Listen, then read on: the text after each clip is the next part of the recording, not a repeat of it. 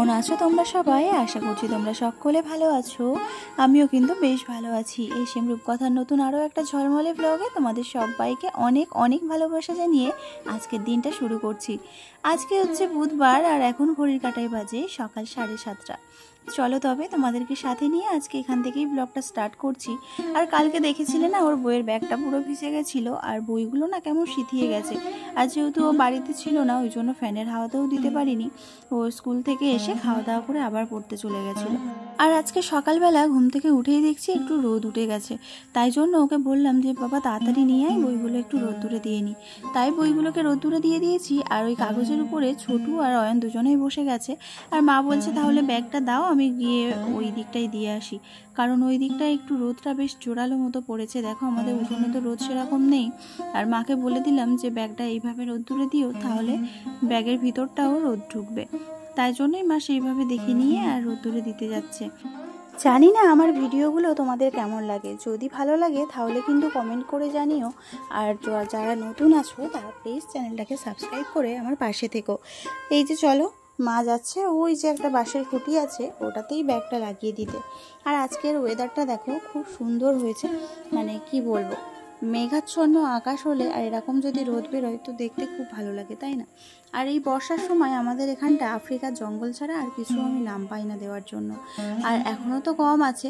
আর সামনের মাঠটাতে হলুদ তোলা হয়ে গেছিলো, ওই জন্য এই বছর আর সেরকম বড় বড় গাছ নেই।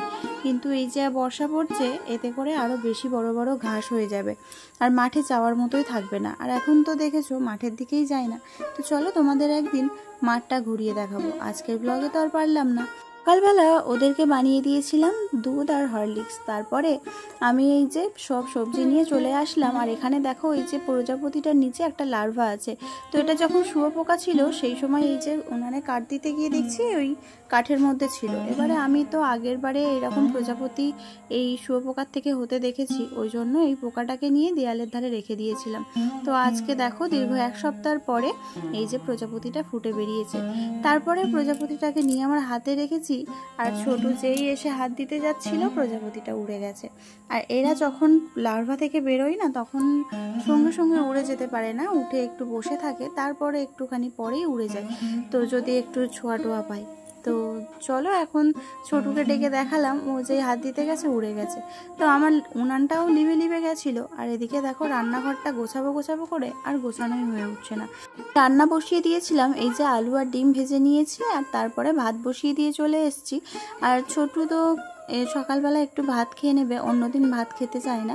তো আজকে ওর দাদা স্কুলে যাবে বলে ভাত খেতে বসেছে, তার সঙ্গে ও বসে পড়েছে।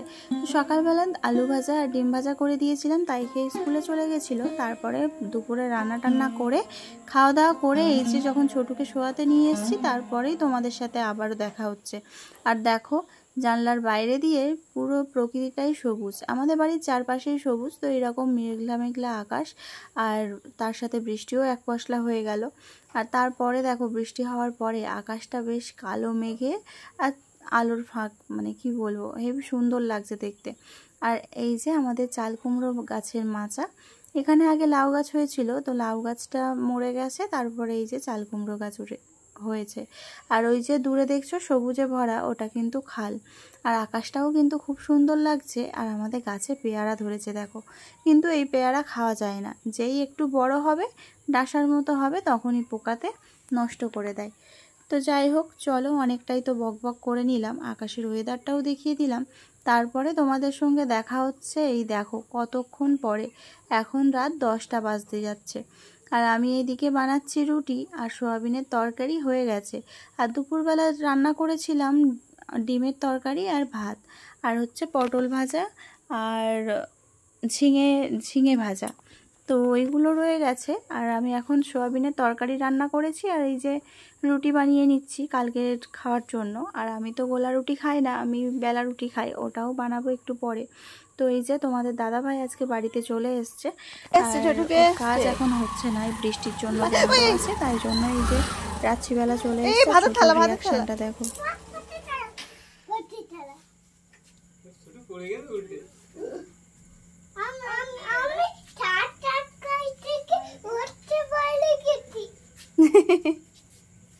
ওটা কে আসছে ছোট?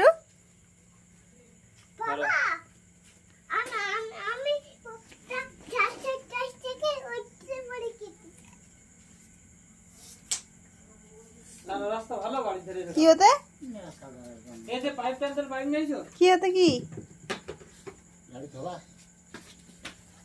চলো, এই মাত্র আসলো বাড়িতে। এখন কটা বাজে? 10টা বাজতে 5 মিনিট বাকি। এদিকে রুটি কি হচ্ছে, পুড়ে গেল।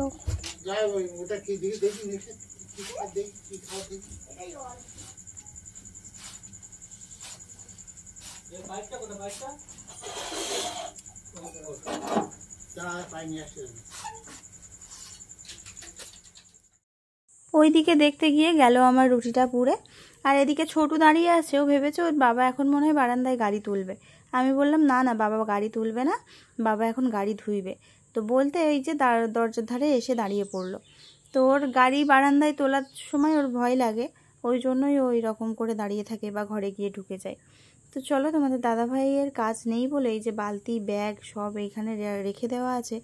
আর আমি এই যে টুকটুক করে আসছি, একটু করে রুটি বানাচ্ছি, আবার গিয়ে ওখানে দাঁড়াচ্ছি। তোমাদের সাথেও তো অনেক কিছু শেয়ার করার আছে, তাই না? তো যাই হোক চলো। আর রুটি আজকে ঠিক মতো হয়নি, কোনোটা পুড়ে গেছে, কোনোটা ফুলেছে, কোনোটা ফুলেনি। আর বেলা রুটি আমি 3টে করেছিলাম, আমার শাশুড়ি মা 2টো খাবে, আমি 1টা খাবো, ওই জন্য। আর এই যে ওর বাবা গাড়ি ধুইছে আর ছোটো লাইট চালিয়ে আছে। ওর বাবা বাড়িতে আসলে সব সময় ওর বাবার ধারেই থাকে, আর খাওয়া দাওয়াও ওর বাবার সাথে করে।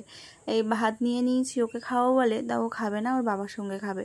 আর এই যে সোয়াবিনের তরকারি, পটল ভাজা, এইসব ভাজাভুজি দিয়ে খাওয়া হয়ে যাচ্ছে। আর অয়নেরও খাওয়া হয়ে গেছে অনেক আগেই। বাবা যেহেতু অনেকদিন পরে পরে বাড়ি আসে, তাই ছোটু ওর বাবাকেই পেলে মাকেই ভুলে যায়। তো চলো, খাওয়া দাওয়া করে থালা বাসন মেজে রান্নাঘরটা পরিষ্কার করে চলে এসেছি ঘরে। আর এখন দেখো 11টা 40 বাজে, ছোটু এখনও ঘুমায়নি আর ওর বাবা শুয়ে পড়েছে। তো বন্ধুরা চলো, আজকের ভিডিওটা তোমাদের কেমন লাগলো অবশ্যই কিন্তু কমেন্টে জানাবে। আর যদি এতটুকু ভালো লেগে থাকে তাহলে প্লিজ আমার চ্যানেলটাকে লাইক কমেন্ট করে আর সাবস্ক্রাইব করে পাশে থেকো। গুড নাইট, সবাই ভালো।